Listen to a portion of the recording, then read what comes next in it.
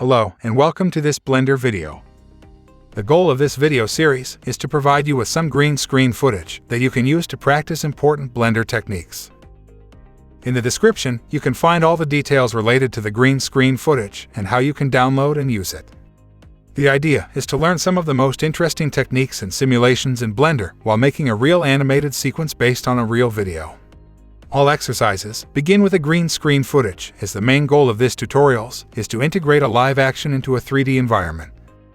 As a result, you must first deal with green screen techniques, camera tracking, and compositing. The idea is to focus each video on a simple action performed by the actor. In this way, we avoid any unnecessary complexity, and you can focus only on a single and specific technique. So, for example, each video will consider a specific simulation, modeling technique, environment creation, material, and so on. In this video, we'll consider the destruction simulation with the physics of the rigid bodies.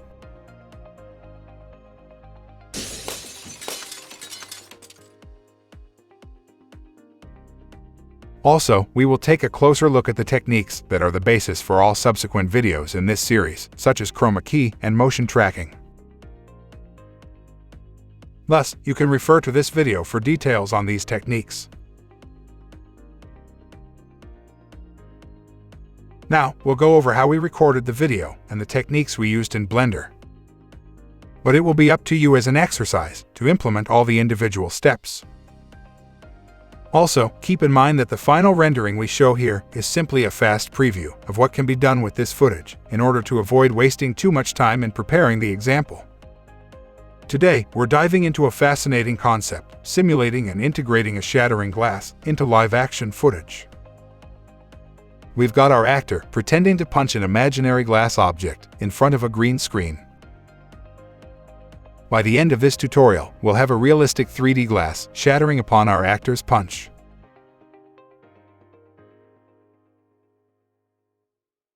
Note the speed, direction, and impact point of the punch. This will inform the position and timing of our glass shattering simulation. We shot 2 videos. The first one is recorded with a moving camera over a gimbal. This can be used to practice the camera tracking technique. Remember to take note of the focal length you are using. This is important for the camera tracking technique. Then, we shot a video with a still camera. This can be used to add variety to the scene and focus the attention on the actor's expression. We also have to think about the lighting. In this case, I'm going to use 2 direct and colored lights. A front red light and a back blue one. The other lights are used to illuminate the background. It should be lit as evenly as possible in order to be easier to remove it in post-production.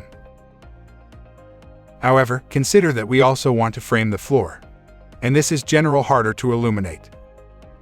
Indeed, when we light the ground, we also illuminate the actor, and this can conflict with the main light of the scene. So, in this case, we used a soft light from a big softbox.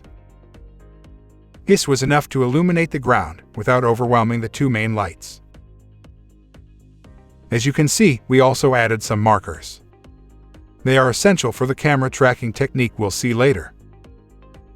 Also, consider placing some markers at a defined distance. In this case, the markers on the floor are positioned 1 meter apart. This is useful to set the 3D scene at the right scale. Finally, it could also be useful to shoot a short sequence with the video checker. This gives a useful reference for the color and white calibration. Now we have to remove the green background. We can do that in After Effects or any compositing software you prefer. Import the green screen footage and create a new composition. When we have a video of an entire green screen set, as in this case, it is not easy to have a completely uniform illumination, as already mentioned before. So, we can't key out the green screen in a single step. We have to mask different portions of the video and apply different settings for each of them. So, the first step is to consider different portions of the video with an obvious diversity of lighting or in relation to the material used as green screen. Here I duplicated the video and created 4 masks that correspond to the different areas of the video I want to treat separately.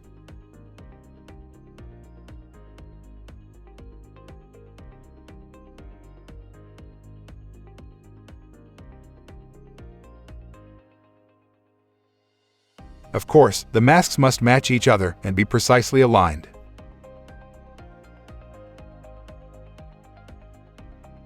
Also, remember to set the compositing mode of each layer as Alpha Add.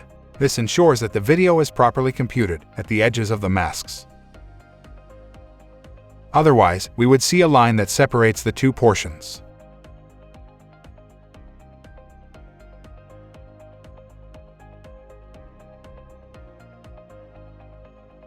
Now we can apply the Keylight filter for each portion of the footage.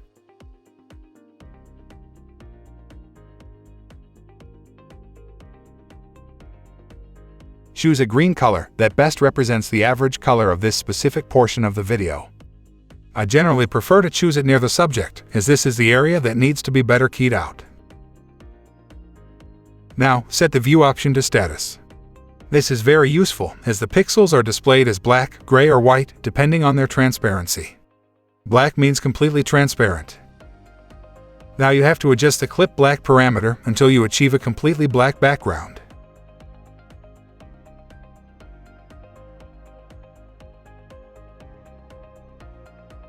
Then, do the same for the clip white parameter.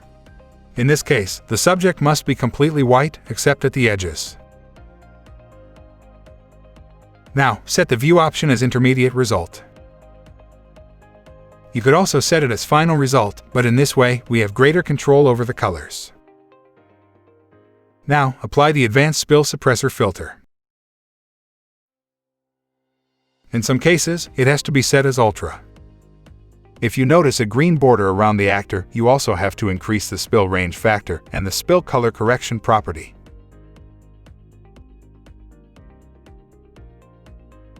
But we're not done yet. We still have to remove some markers. We can do that by creating a small mask for each of them, animating its position, and then setting its compositing method to subtract.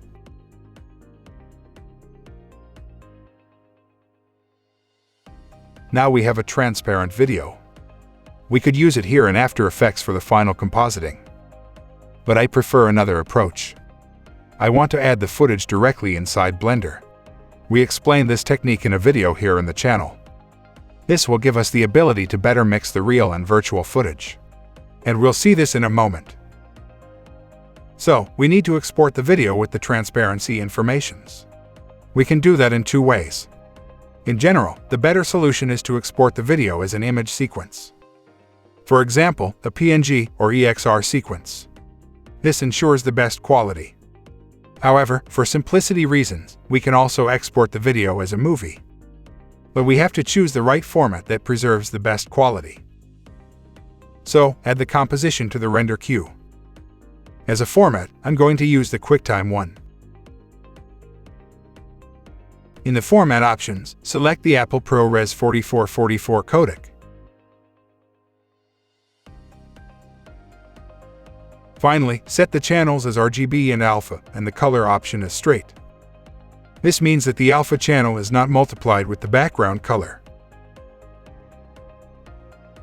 Okay, now we have the footage we can use for the compositing. The next step is to match the camera movement in Blender and create the virtual scene. In order to do that, we have to open the motion tracking panel and import the original green screen footage. Let's also check that the frame rate of the scene is set to 25 frames per second, the same value we used to shoot the video. Before proceeding with the tracking, let's also set the camera parameters in order to match those of the real camera. In this case, we have to set the sensor width to 39.9 and the focal length to 28. Also, set the global length of the scene to match the length of the footage by pressing the Set Scene Frames button. Now we can add some markers in order to track the camera movement. You can do that by selecting the Add button and clicking where you want to add the marker. Then press the Track Marker button.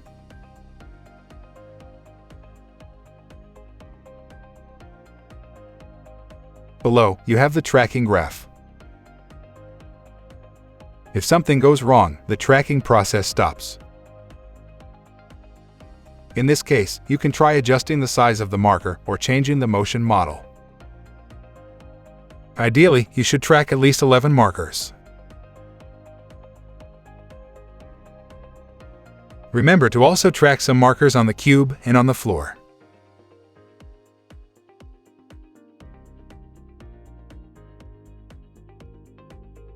When you are done, open the Solve panel and click on the Solve Camera Motion. If everything is fine, you should get an error below than 1. This means that the tracking process is good. Otherwise, you should try tracking more markers or deleting the markers with high average errors and track them again. You could also try to refine the focal length or radial distortion. You shouldn't refine the optical center as we need it to remain at 0. Otherwise, we'll have some issues when matching the imported footage with the camera, as we'll see in a moment. Now, we have to say Blender, where is the floor? You can do that by selecting 3 markers on the ground and clicking on the floor button. You can also do that for the wall. We also have to set the scale. So, select 2 markers of the floor. Set the distance to 1 and click on Apply Scale. This is the reason why we place the markers on the floor 1 meter apart. Finally, click on the Set as Background button. As a result, the movie clip will be placed as background of the camera, and this is useful to check the accuracy of the tracking data. Now, open the Layout panel. You should have the camera view in the background. Activate the view of the trackers in the Show Overlays panel and start the timeline. The virtual markers should perfectly match the real ones. Now we can proceed modeling our scene. Here, I created a very simple room. At the center, I placed a box and a statue. We want to simulate the actor to break the glass. Add a Solidify modifier in order to add some thickness to the box. Then, add 2 lights in order to roughly match the real lights.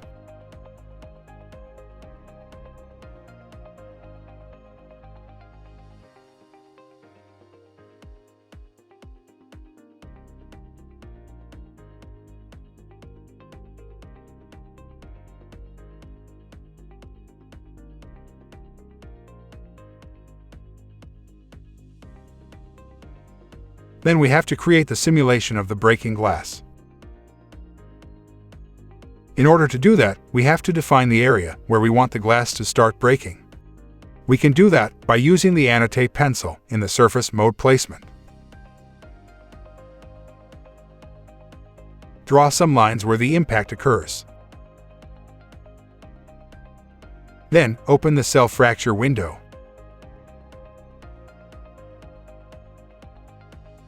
Select Annotation Pencil as the point source. Add some noise.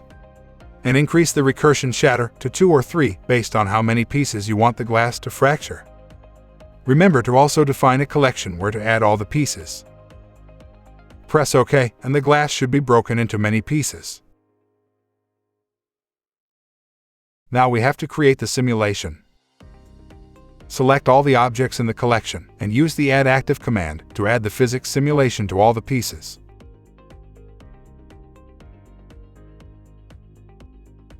If you open the Physics panel, each object should be set as an active rigid body. I'm also going to increase the realism by calculating an accurate mass for each piece. Select all the objects and activate the Calculate Mass command. Select Glass as material. Also, add a plane below the glass to act as a virtual table in order to avoid the glass to fall down. Set the plane as passive. But if you start the simulation, chances are that all the pieces explode. This is due to the internal interactions. You can, in some way, avoid this by activating the Split Impulse property in the Scene panel. But this is not enough. We want the pieces to start breaking only when the actor hits the glass. We can do that by selecting the Deactivation option. This means that the simulation starts only when an external force is applied. We can apply the same setting to many objects by shift-clicking on the first piece and then on the last one. Now, click on the properties you want to activate while pressing the Alt key. This allows the same property to be applied to all the selected objects. Now the pieces should stay at their original place. Next, we need to create the simulation of the fracture. After the glass is fractured, we need to explode it in sync with the actor's punch. In order to do that, we can add a simple sphere that will simulate the colliding object. It represents the force that will break the glass. Animate it in order to hit the glass at the same time as the real hand.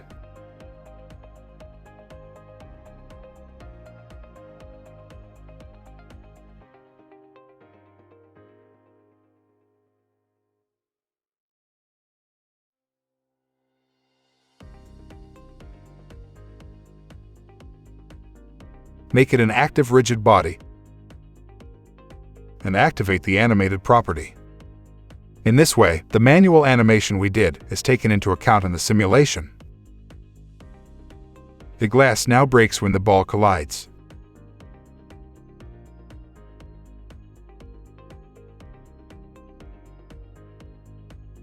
If you don't want the ball to be rendered, disable its render option.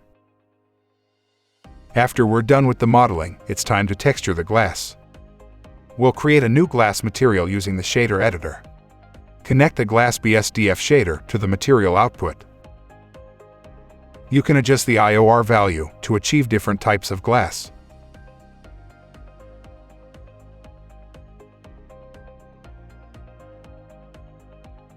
With our simulation set up, it's time to integrate it with the live footage. You can also check out the video in the description for more details about this technique.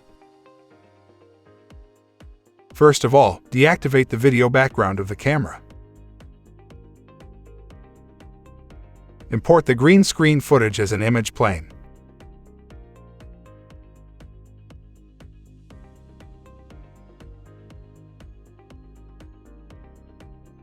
Select Emit as material type.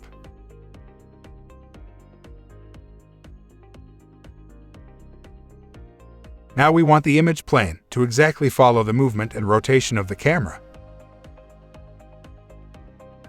Be sure to move to the first frame.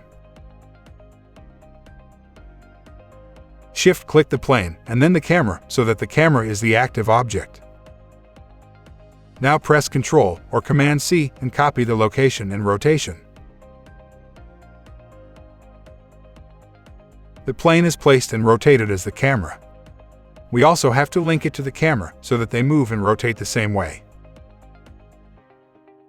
Again, shift-click the plane and the camera, press Ctrl-P and choose Object, Keep Transform. The plane now moves in sync with the camera.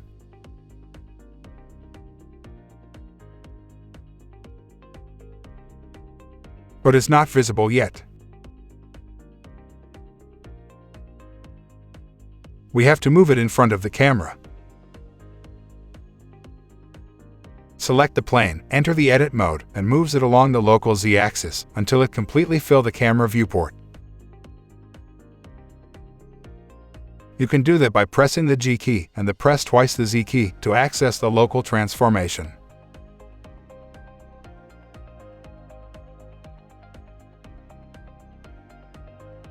Now, we can finally see our live footage.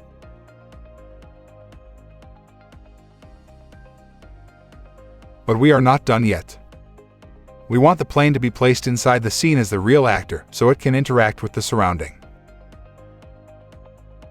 You can do that by simply scaling the plane.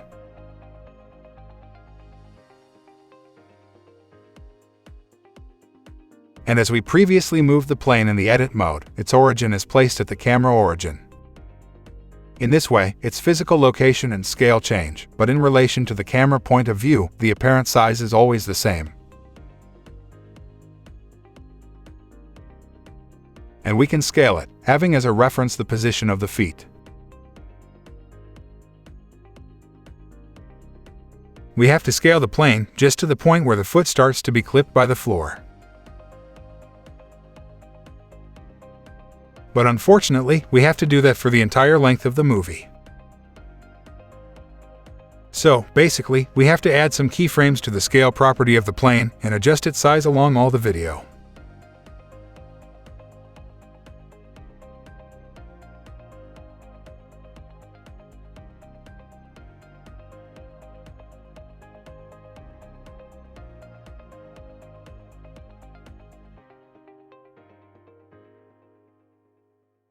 Now the real video is perfectly composited with the virtual scene, and it can also receive and cast shadows. However, consider that the perfect and realistic overlapping of the feet with the ground is always a challenge.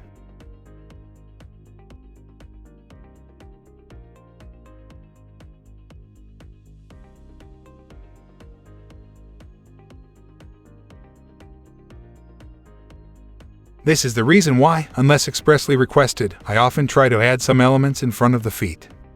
This allows us not to waste too much time. In this case, I simply added a glass wall placed on the floor. Now we can finally export the movie.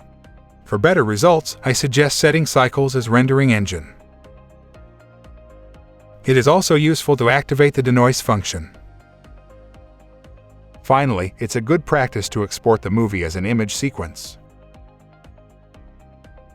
This ensures the best quality and the ability to resume the rendering if for some reasons the application crashes. However, we have an issue. If we export the scene, we can see the glass pieces also before they explode. So, we have to export the scene in 2 steps. In the first part, we deactivate the rendering option of the collection that contains the pieces. In the second part, we do the opposite by deactivating the visibility of the original glass and activating the visibility of the collection. This is another reason why it's useful to use the image sequence as the export options.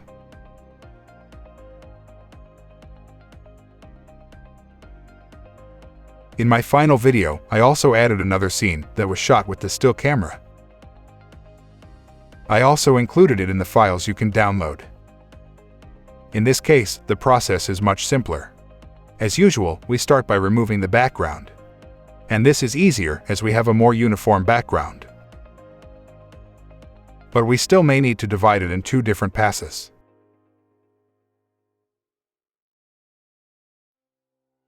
And we also have to remove the markers.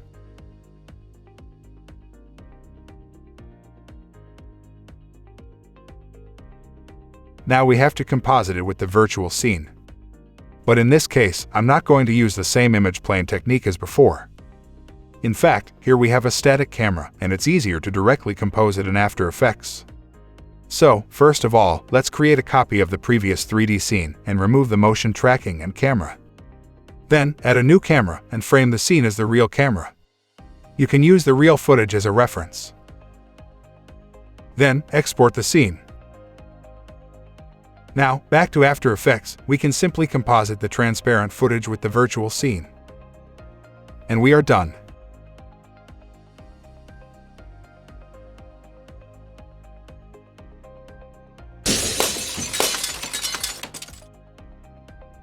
In the next videos of the same series, we'll deal with other simulations techniques.